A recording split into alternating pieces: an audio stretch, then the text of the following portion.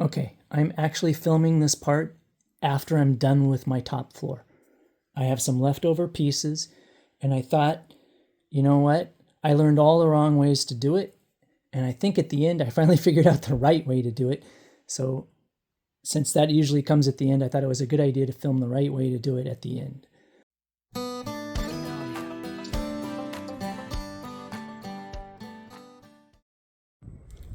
So the first thing I did is snap a line that is perfectly aligned with my step.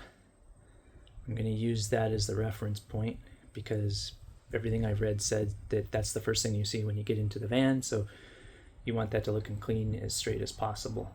So because the van's curved, I'm going to have to do the best I can. So I am starting with a line that is snapped all the way to the back, straight line, aligned with that step. There's a really narrow strip next to the wheel well. It's going to get covered with the water tank anyways, but we'll probably just include a really thin piece of the flooring material there just in case, or maybe not. I don't know. I might skip it. We'll see. And hopefully what's left there is a little bit narrower than the width of one plank, so I'll be able to fit that in without a weird. I'm pretty sure this section here is narrower than the plank. I'll have to measure that and make sure. You don't want it to be bigger because then you'll end up with a sliver. I actually don't know how this is going to end up on the other side, which I should probably also determine before I get going here and actually putting things together. So these vinyl planks that I bought are made by Life Proof. That's the brand name. The color is Lippian Hill Hickory, and I wanted a nice dark reddish brown tone. I got these at Home Depot. They were actually in stock in the store nearby. I'm trying to clamp this first piece down so that when I push with other pieces against it, it doesn't just keep moving. It just kept moving anyways. The right way to install these is, this is the correct one to do first, the one in the upper left. If you're looking at it, say you're on the left side of the van and you're looking out the door, that would be the upper left. That's the right way to go. And you should go from left to right, one row at a time, left all the way to the right, left all the way to the right, and of course stagger them. So I'm not going to lay them like brick pattern like this. I'm just trying to determine the width to make sure I'm not going to end up with a really bad sliver on the other side, because that would disrupt everything. So I'm just laying these, pretending they're together, and laying them all the way across.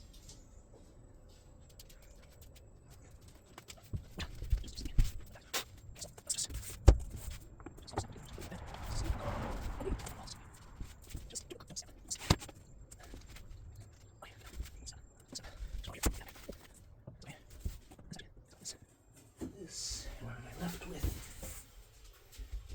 Oh, that's perfect. Okay, no problem.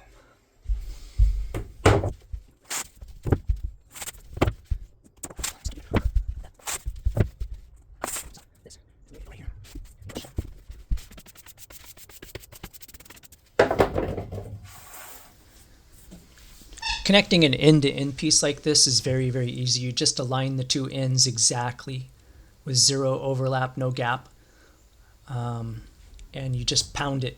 You just line them up like that and you just hit it, and it'll lock in perfectly. It gets more interesting when you start doing both the end and the long piece at the same time, but even that's actually really easy, and I'll show you how that works. Okay, I'm actually filming this part after I'm done with my top floor. I have some leftover pieces, and I thought, you know what? I learned all the wrong ways to do it, and I think at the end I finally figured out the right way to do it. So since that usually comes at the end, I thought it was a good idea to film the right way to do it at the end.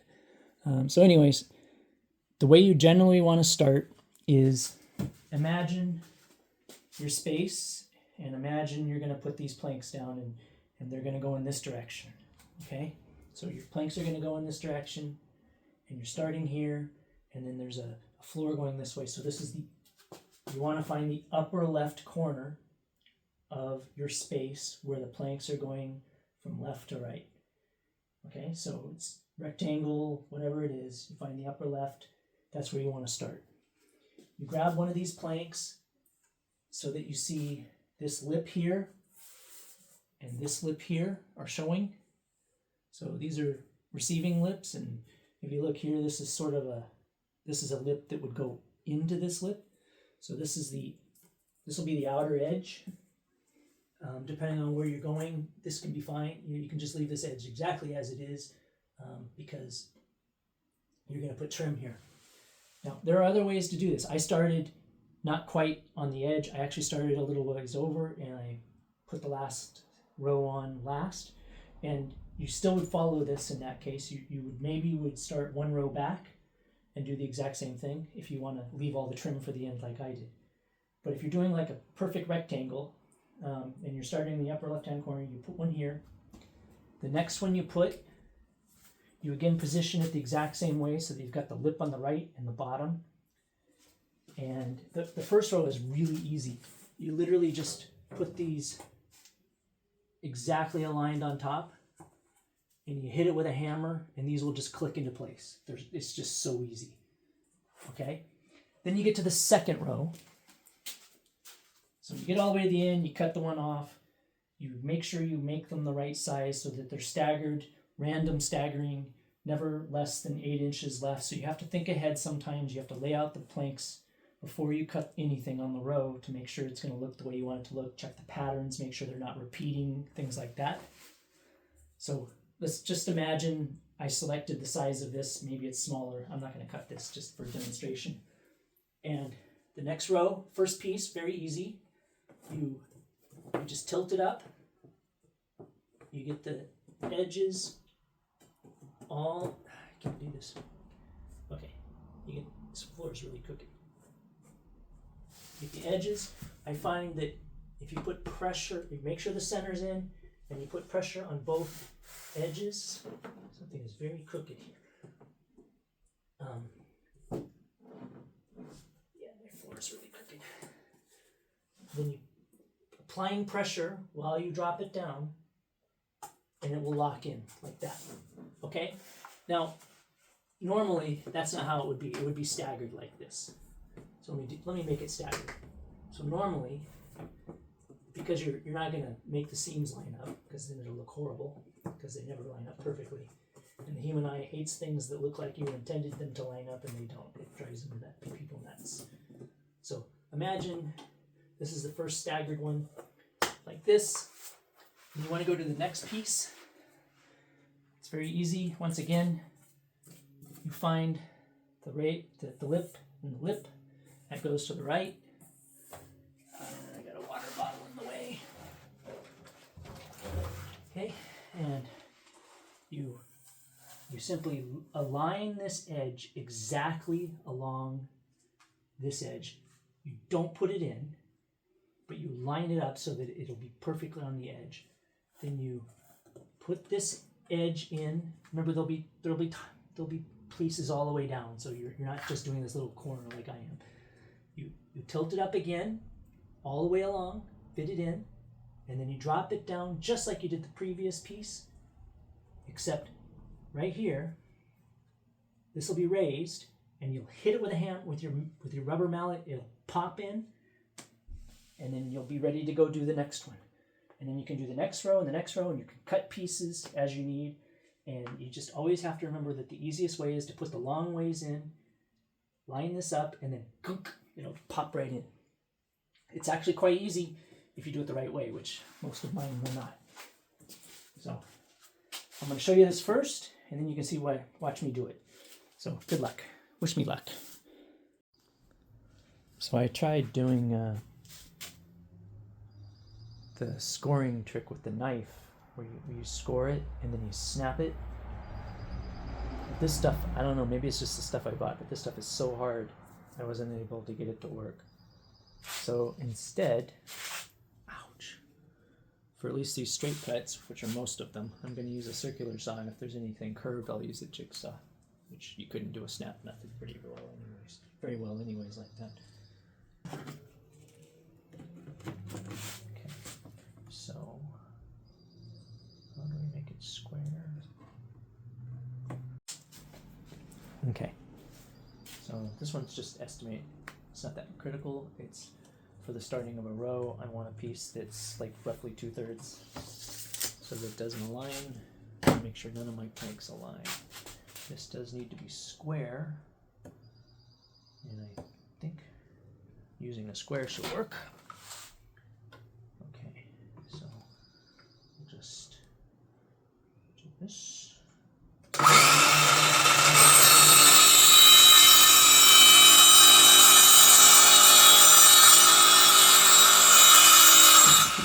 Hopefully that did not move. Ouch. Save the smaller pieces for when they don't use them. Let's see how square this is.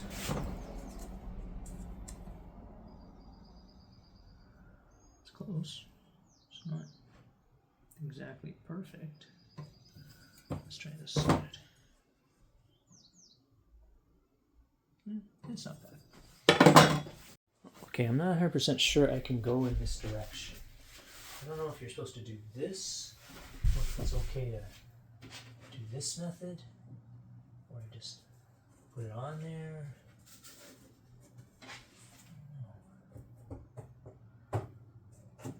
Oh, like that. That might work. Probably should have swapped that first. Let's not hit it just yet. Okay, so I'm gonna go put it a little angle because the edge is really close. Align it there, drop it down, and then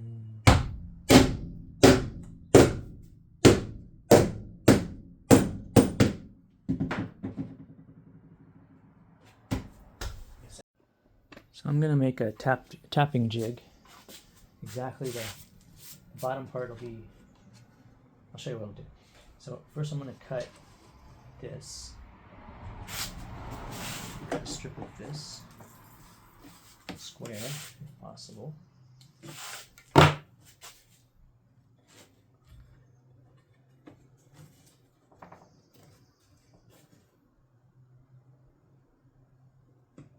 That's pretty square. So I'm going to cut a strip of this.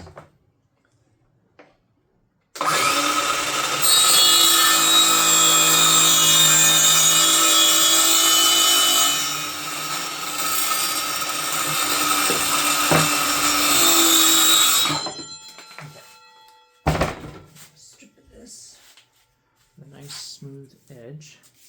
And I'm going to take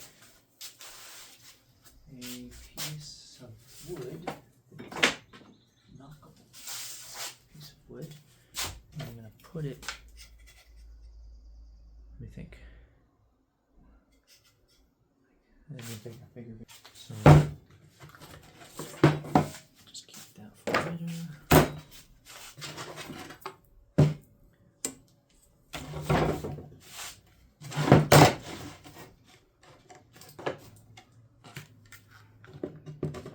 Just freehand this because it's important.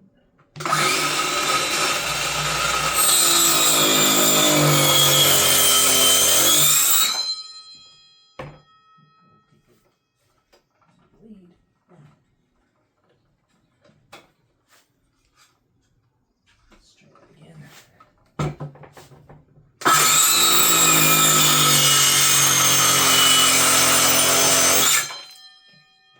And then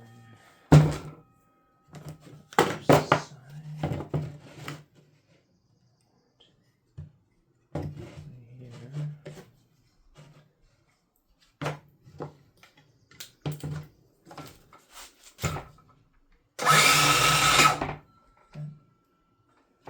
That needs to be deeper.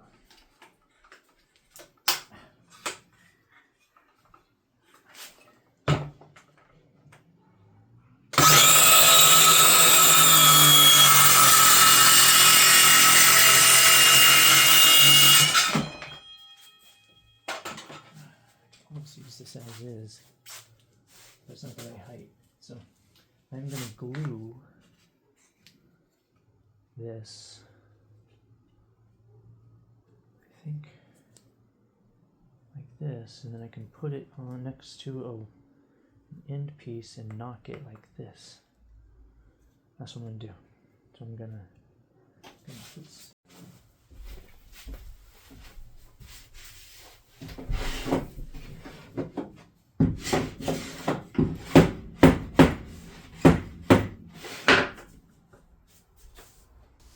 Honestly, if you do this right, most of this tapping is unnecessary.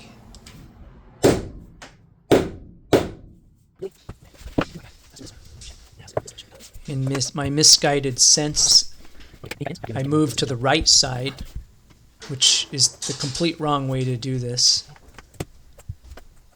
And you'll notice that while I'm doing it, I find I have to keep lifting it up to put the next piece on.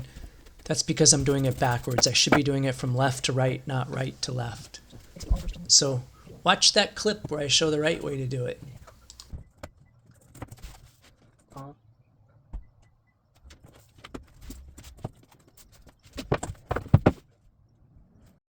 right, we're going to shorten this by 8 inches to make it half of a sheet.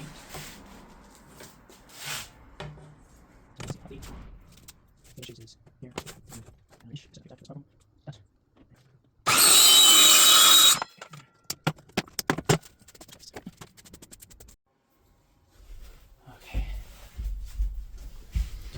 So here I am starting on the second row for the third time, again on the wrong side. But I think I realized that the sizes weren't lining up well, so I ended up making a half-size piece to put on the right, although I should have calculated this from the left. It would have all been easier.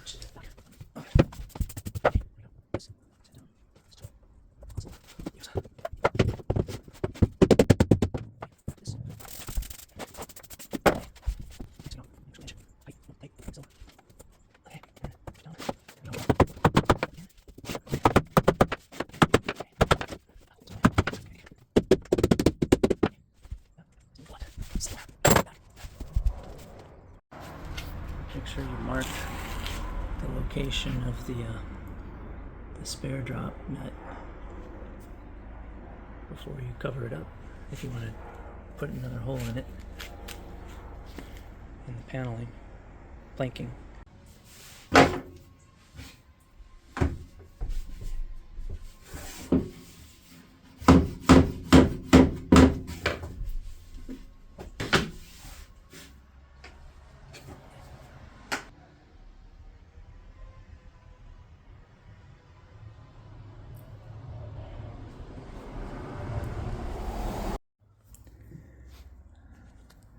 This is progress on day 1 of the top floor. I saved the best for last. I'm thinking I'm not going to worry about the little gap between the edge and the wheel well because I'm pretty sure that's all going to get covered by stuff, or I will make sure it's covered by stuff anyways. I could make a really skinny piece there, I'm just not sure of the point.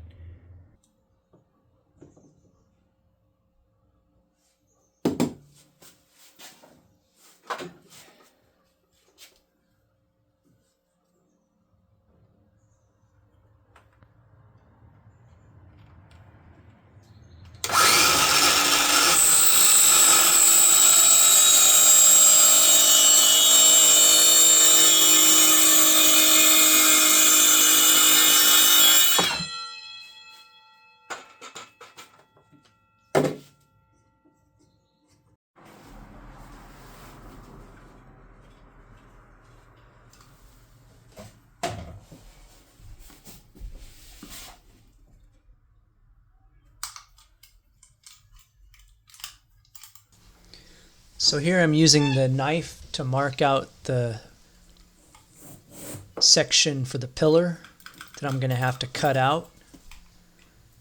There's 2 different directions, so I mark it on each edge. The part I'm going to end up cutting a rectangle out for this pillar, the D pillar.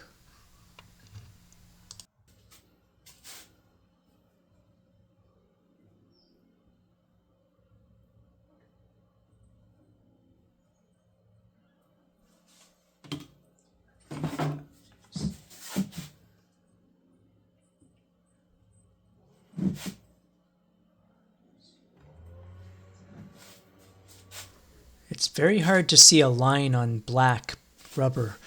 If anyone has a good idea how to make lines on black rubber, put it down in the comments to help somebody out.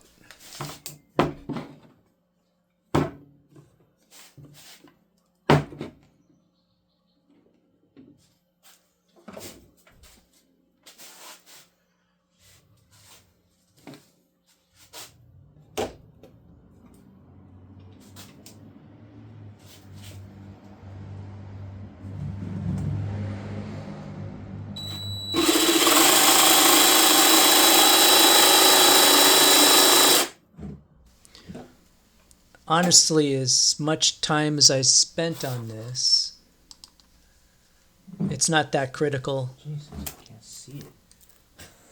I could have been off by a few millimeters. It wouldn't really matter because you can't get right up to the edge anyways.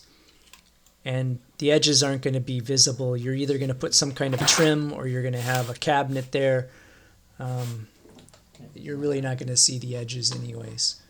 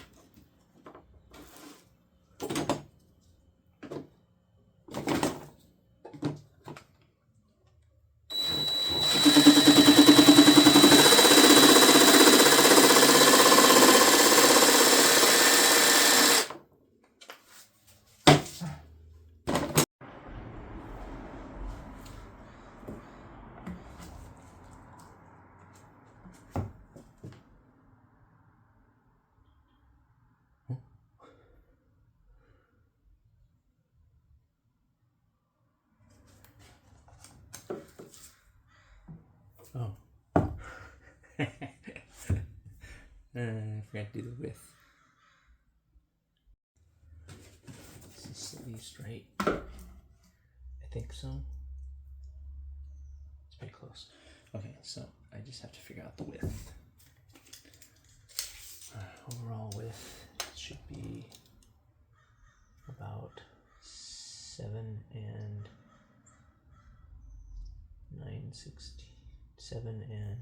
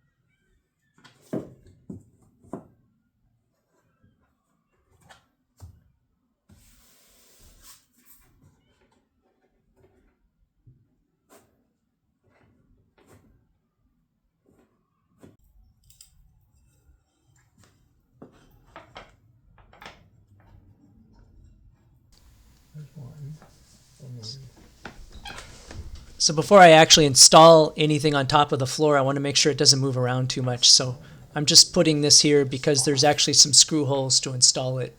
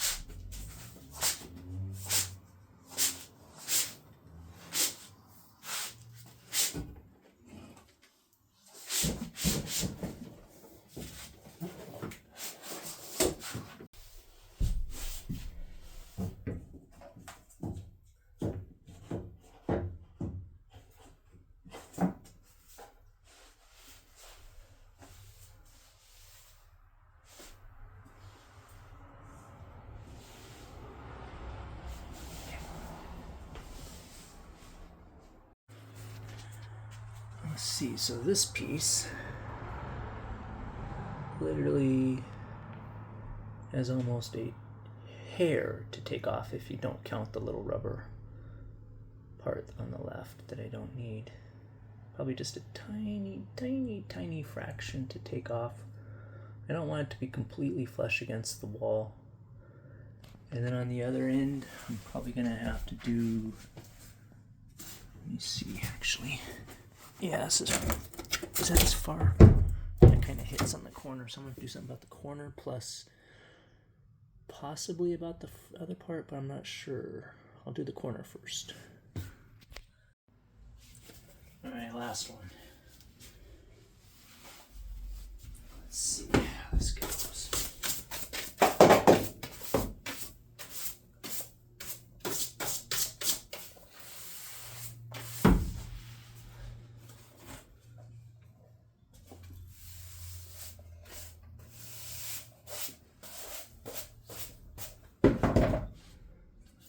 Okay, stuff. It won't let go. So, goes like this. That is really close. That is really close. And nope, doesn't fit. As you. Okay, so let's mark here. And about the same here. Yeah, so we have this.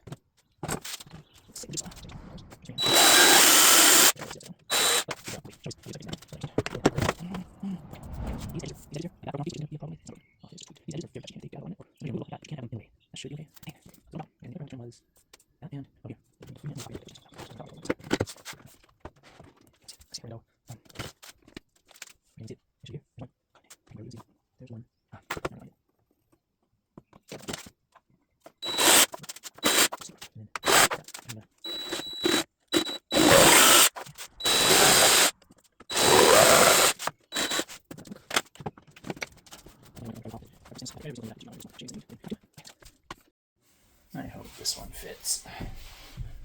Let's see. Probably not. No, honestly.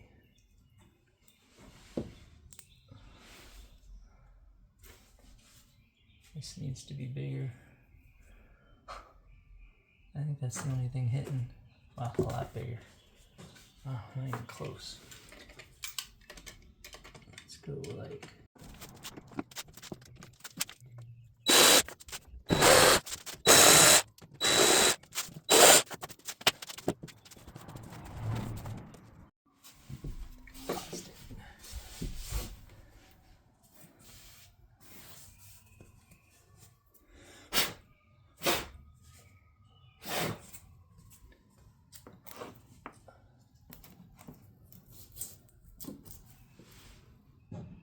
You know what?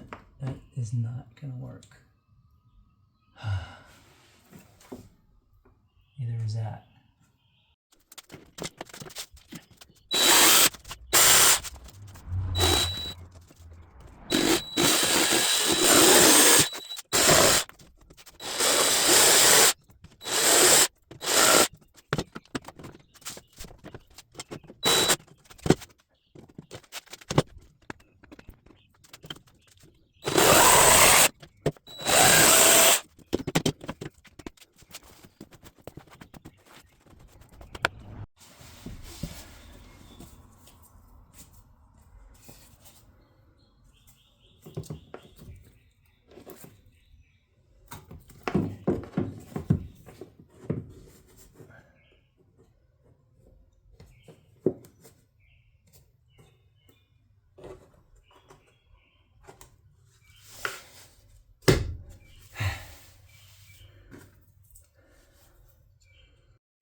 For now.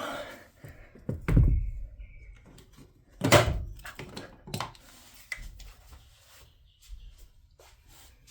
think the heat will.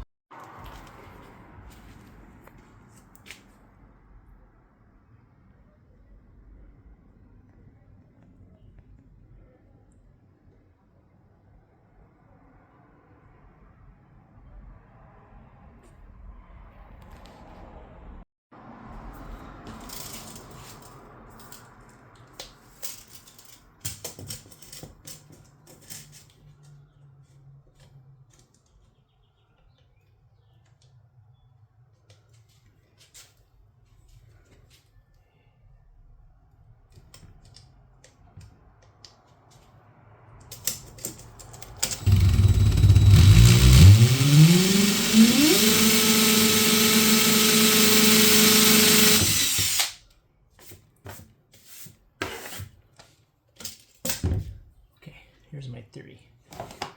Use successively larger bits until we find out we're off center.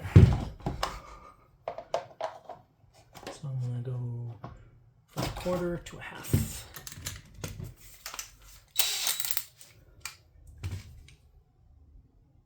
Maintaining the same center if possible.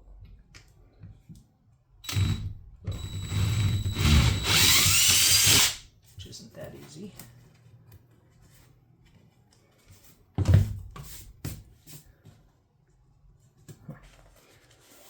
That's actually quite difficult.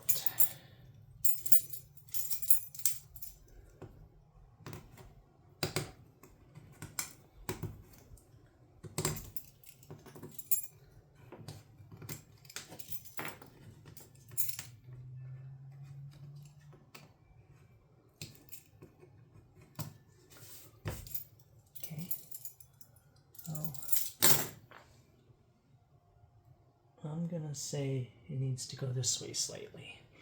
So I'm gonna go to 3/4 from a half. Try to off center it.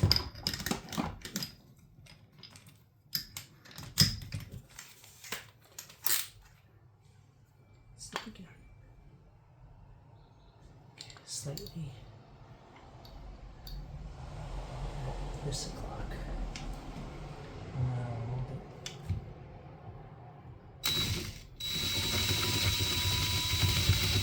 Oh, that's hard.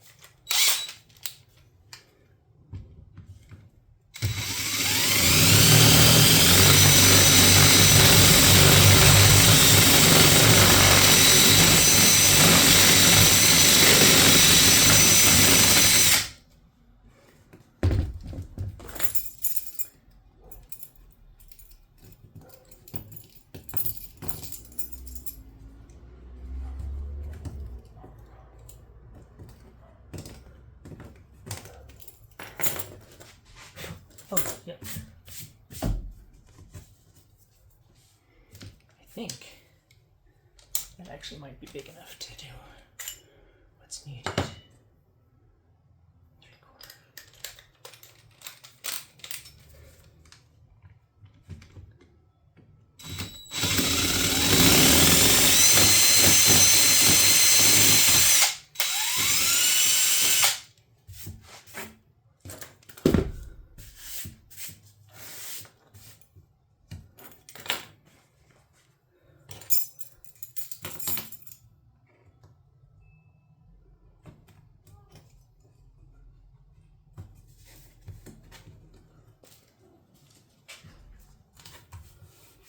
Okay. By the way, I was finding a little bit of buckling here in the, let's see, A, B, C pillar. And I was looking and these were completely against both C pillars on each side. So there is some amount of expansion and contraction. So what I did is I just took an oscillating saw and I just cut down to make a little more space between the planks and the C pillars.